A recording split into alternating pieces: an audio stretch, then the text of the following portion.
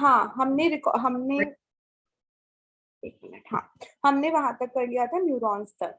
सो neurons का क्या था, न्यूरॉन्स के बाद नेक्स्ट था कि न्यूरॉन्स का स्ट्रक्चर हमने कर लिया, उसके बाद नेक्स्ट आता है न्यूरॉन के स्ट्रक्चर के बाद न्यूरोग्लिया क्या होते हैं। मैंने आपको पहले ही बताया था, दो चीजें होती हैं, एक होता है न्यूरॉन और दूसरा होता है न्यूरोग्लिया। न्यूरोग्लिया क्या होते हैं? Neuroglia are the cells which do not conduct impulses, they were not able to conduct the impulses, वो impulses conduct नहीं कर रहे थे। एंड एक मिनट पहले वो ग्रुप में मैं डाल दूं कि ज्वाइन कर लो अगर किसी को करना है तो, जस्ट अ मिनट। हाँ, तो न्यूरोग्लिया क्या था? न्यूरोग्लिया ऐसे सेल्स थे जो कंडक्ट करते थे, जो इम्पल्सेस को कंडक्ट नहीं कर पाते, but they support the function of nervous system. तो न्यूरॉन्स का काम क्या था? न्यूरॉन्स का काम था कंडक्शन करना, एक्शन पोटेंशियल को कंडक्ट करना, नर्व इम्पल्स को कंडक्ट करना।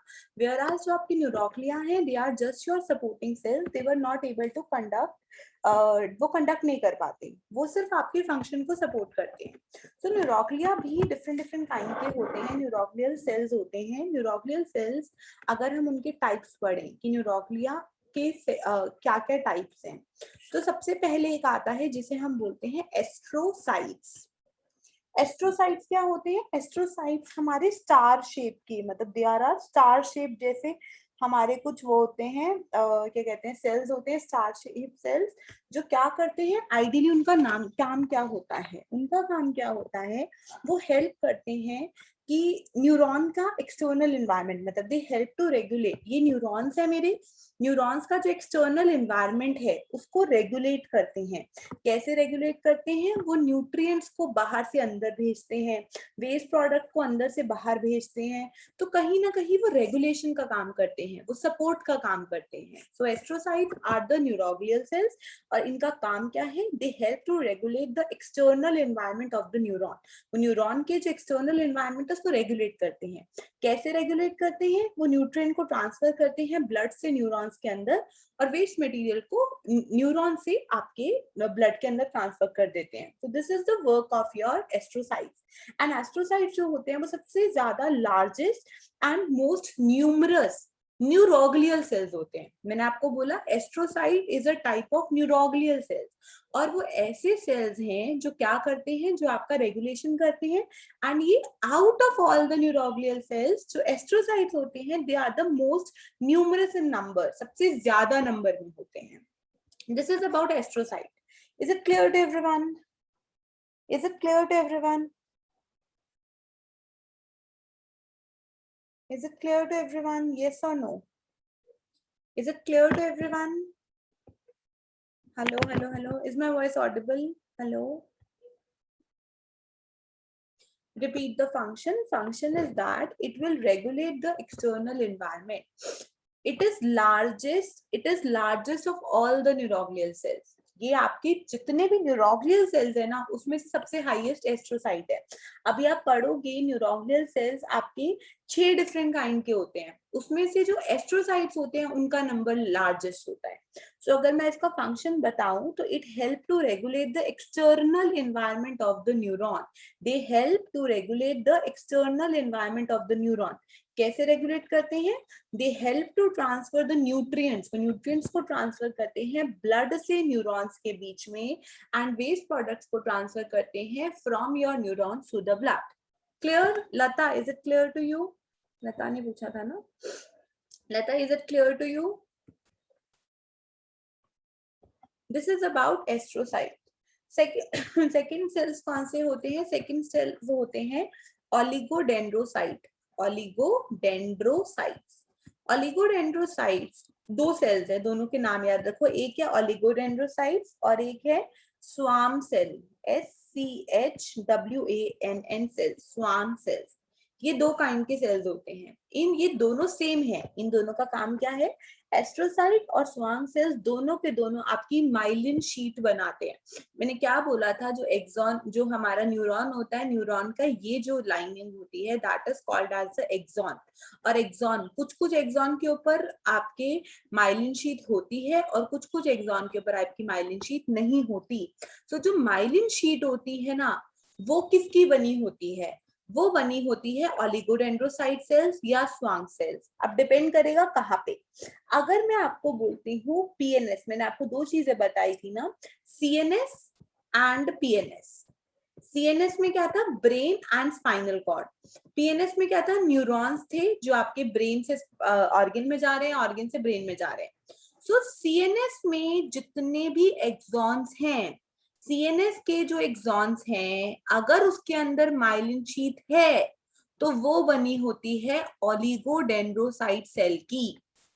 और अगर आपके पीएनएस के जो न्यूरॉन हैं, जो पीएनएस के न्यूरॉन्स हैं और उसके अंदर अगर माइलिन शीट है तो वो बनी होती है आपकी श्वान सेल्स की। तो ये समझ आया कि ओलिगोडेंड्रोसाइट एंड स्वांग cell will make your myelin sheet, लेकिन उनकी जगह अलग अलग है। सीएनएस में जो न्यूरॉन्स है उनकी माइलिन शीट बनाता है ओलिगोडेंड्रोसाइट, एंड पीएनएस में जो सेल्स हैं उनकी उनकी कौन बनाता है myelin sheath, that is your Schwann cells. Clear हुआ? क्लियर हुआ? इज इट क्लियर और नॉट? इन दोनों का फंक्शन क्लियर हो गया? Is it clear to everyone? Oligodendrocyte and Schwann cells. Is it clear to everyone? Yes or no?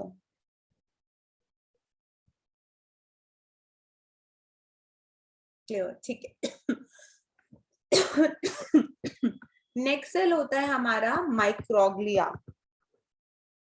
Microglia क्या करता है, माइक्रोग्लियल सेल्स, इनको माइक्रोग्लिया भी कहते हैं और इनको माइक्रोग्लियल सेल भी कहते हैं।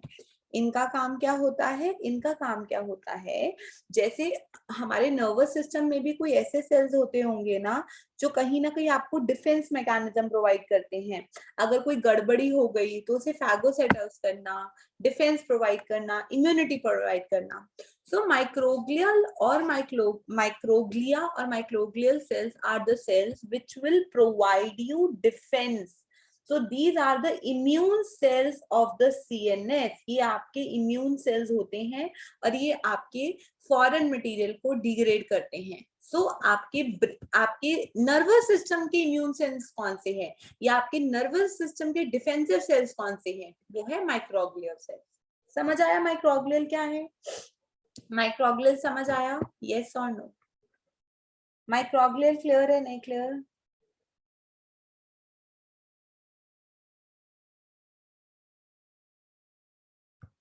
उसके बाद आते हैं एपेंडाइमल सेल्स। एपेंडाइमल सेल्स और एक और सेल्स होते हैं जिसे हम बोलते हैं सैटेलाइट सेल्स। जैसे हमने पढ़े ना अपने दो type of cell which are oligodendrocyte cells and स्वांग सेल, कि दोनों का काम एक ही है बट उनकी लोकेशन अलग है। ऐसे ही एपेंडाइमल सेल्स और सैटेलाइट सेल्स दोनों का काम एक ही है बट लोकेशन अलग है। एपेंडाइमल सेल्स आपके प्रेजेंट होंगे सीएनएस में और सैटेलाइट सेल्स होंगे आपके पीएनएस में। दोनों का काम क्या है, जो बेसिक जैसे जैसे हम बोलते हैं ना एपिथेलियल सेल्स हो गए, हमारे ब्रेन, हमारे जीआईटी में एपिथेलियल सेल्स हैं, तो ब्रेन में भी कहीं ना कहीं एपिथेलियल सेल्स होते होंगे ना, ब्रेन में, स्पाइनल कॉर्ड में। So these ependymal cell act as a epithelial cells of the brain and the spinal cord. तो सीएनएस के एपिथेलियल सेल्स होते हैं। सीएनएस के एपिथेलियल सेल्स मतलब ये आपके ब्रेन और स्पाइनल कॉर्ड के आपके एपिथेलियल सेल्स हैं। वेयरएज सैटेलाइट सेल्स क्या है, सैटेलाइट सेल्स आपके एपिथेलियल सेल्स हैं पीएनएस के। सो ये डिफरेंस हुआ आपके एपेंडाइमल सेल्स और सैटेलाइट सेल। सो अब अगर मैं न्यूरोग्लियल सेल्स को क्लासिफाई करूं, पहला आया मेरा एस्ट्रोसाइट। एस्ट्रोसाइट का काम क्या है, रेगुलेशन करना। दूसरा है ओलिगोडेंड्रोसाइट। ओलिगोडेंड्रोसाइट का काम क्या है, वो आपके माइलिन शीट बनाते हैं सीएनएस में। उसके बाद हमारा आता है माइक्रोग्लियल। माइक्रोग्लियल सेल्स क्या करते हैं, ये आपका डिफेंस मैकेनिज्म प्रोवाइड करते हैं। फिर आते हैं एपेंडाइमल सेल्स। वो सेल्स क्या करते हैं, वो आपके एपिथेलियल सेल्स बनाते हैं आपके सीएनएस में। इसके रिस्पेक्टिव आपका पीएनएस में क्या प्रेजेंट होगा, पीएनएस में प्रेजेंट होगा श्वांग सेल्स, और इसके रिस्पेक्टिव आपका पीएनएस में क्या प्रेजेंट होगा, आपका प्रेजेंट होगा satellite cells. So this is the classification of neuroglial cells, and out of these 6 neuroglial cells, astrocyte is a neuroglial cell which is present maximum, जिसकी concentration maximum होती है आपके brain में। समझ आया? Is it clear to everyone? Is it clear to everyone? Yes or no? Is it clear or not?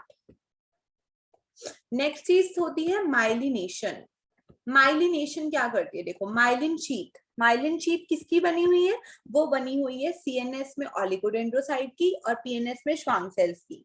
लेकिन oligodendrocyte में भी क्या चीज है, कार्बोहाइड्रेट है, फैट है, क्या है। तो जो माइलिनेटेड शीट होती है वो आपकी बनी होती है multi layer of lipid and protein. So myelin sheath में आपका कार्बोहाइड्रेट नहीं होता, वो आपकी multi layer of lipid and protein की बनी होती है। सो axons are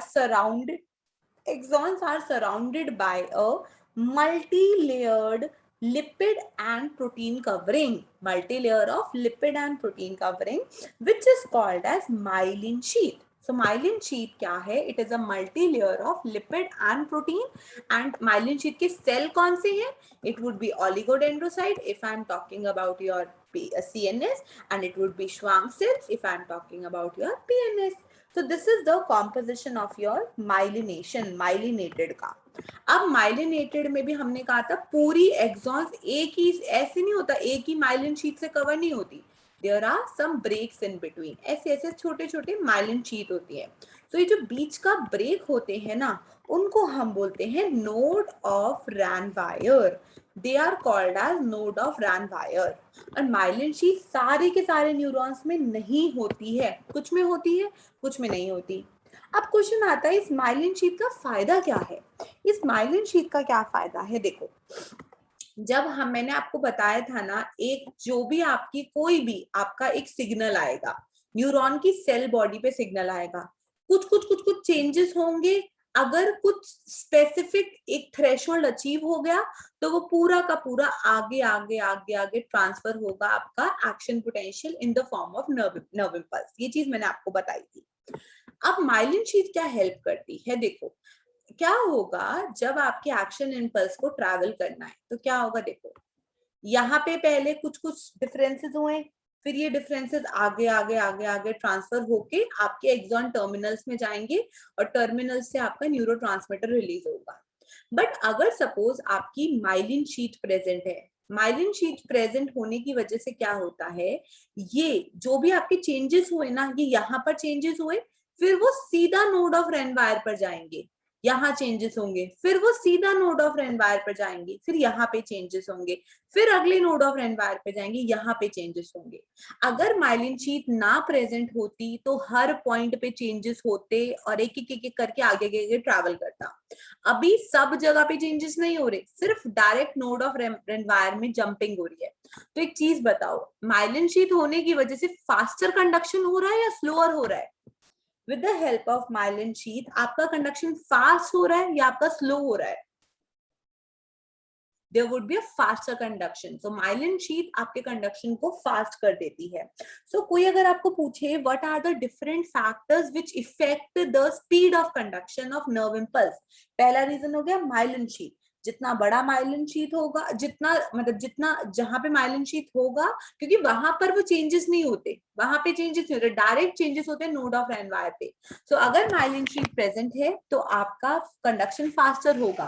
और अगर माइलिन शीट भी सपोज दो माइलिन शीट है, एक है इतनी बड़ी बड़ी और दूसरी माइलिन शीट है छोटी छोटी, तो जितनी बड़ी माइलिन शीट होगी उतना फास्ट ट्रैवल होगा, क्योंकि सिर्फ changes would going to take place at node of Renwire. So this is one reason that how your speed of conduction will depend.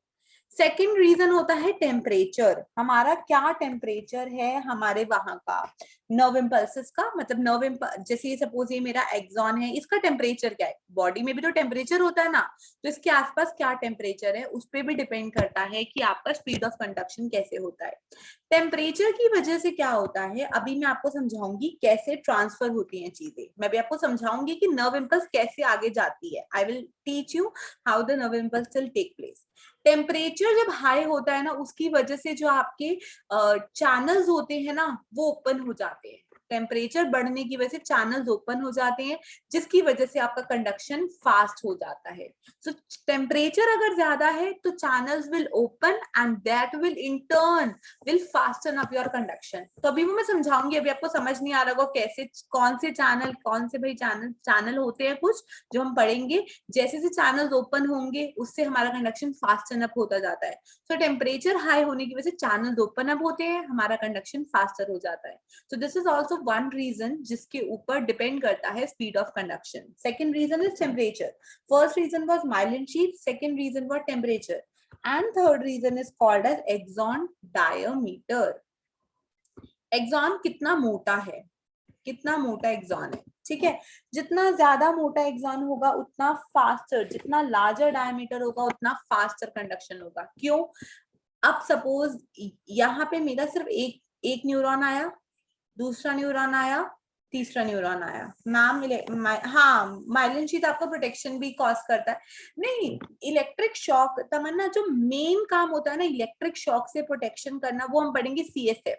CSF होता है सेरिब्रो स्पाइनल फ्लूइड। ये आपका main एक चीज होती है। अगर कोई आपसे पूछे ना इलेक्ट्रिक शॉक से या आपके इलेक्ट्रिक शॉक से आपको कौन प्रोटेक्शन कर रहा है, तो वो cerebro spinal fluid is the first thing जो आपको प्रोटेक्शन करती है। Yes, myelin sheath will also help. अगर ऑप्शन में दोनों आता है, सीएसएफ भी है, माइलिन शीट भी है और बोथ ए एंड बी है, then you will mark both A and B. But अगर सिर्फ 4 अलग अलग ऑप्शन है तो first option should be CSF. CSF का मेन काम होता है आपको प्रोटेक्शन प्रोवाइड करना। माइलिन शीट का भी होता है but that is the second number. Clear Tamanna? Tamanna is it clear? Okay. So देखो, अब जितना पतला डायमीटर होगा, जितना पतला डायमीटर होगा उतने ज्यादा एग्जॉस्ट उस जगह पे आ सकेंगे, उतने ज्यादा आएंगे, मतलब उतना टाइम ज्यादा लगेगा। लेकिन अगर यही है कितना मोटा डायमीटर आपकी एक ही का, तो आपका फास्टर कंडक्शन होता जाएगा। So more the diameter of your axon, more would be the conduction. Clear? Is it clear to everyone? ये 3 फैक्टर्स क्लियर है on which your conduction will depend. A is called as myelin sheet, B is called as temperature and C is called as your axon diameter. Diameter क्या है axon का? कि जितना ज्यादा axon का diameter होगा उतना कंडक्शन फास्टर होगा। क्यों कंडक्शन फास्टर होगा? क्योंकि अगर इतनी सी जगह पे आपके सपोज 3 डिफरेंट एक्सॉन्स आ गए, 3 डिफरेंट एक्सॉन है, एक एक्सॉन ये, एक एक्सॉन ये, एक एक्सॉन ये, और जो आपका दूसरा है क्या नाम है जो ये है, अगर एक्सॉन डायमीटर ज्यादा है तो इतना बड़ा है। सो अगर आपको कोई चीज कंडक्ट करनी है तो इसमें से ऐसे कंडक्ट हो जाएगी। अगर आपको यहां से कंडक्ट करानी है तो यहां से भी कंडक्ट करोगे, यहां से भी कंडक्ट करोगे, यहां से भी कंडक्ट करोगे। तो आपने देखा डायमीटर बढ़ गया तो कंडक्शन को कम टाइम लग रहा है, लेकिन जब डायमीटर कम हो गया तो बहुत सारे न्यूरॉन्स पे कंडक्शन करनी पड़ेगी, जिसकी वजह से आपका स्पीड स्लोअर हो जाएगी। क्लियर? ठीक है निकिता, माइलिन शीट का पॉइंट क्या है? माइलिन शीट में मैंने आपको बोला निकिता क्या पूछ रहे हो? माइलिन शीट में क्या पूछ रहे हो आप? कि वो किसका बना होता है? It is made up of multi layered lipid and protein. It is made up of multi layer of lipid and protein. Clear? Is it made up of? It is made up of multi layer of lipid and protein. ठीक है, अभी ये ना class and होने वाली है, दोबारा फटाफट इसी आईडी से ज्वाइन कर लो, इसी आईडी से दोबारा ज्वाइन कर लो।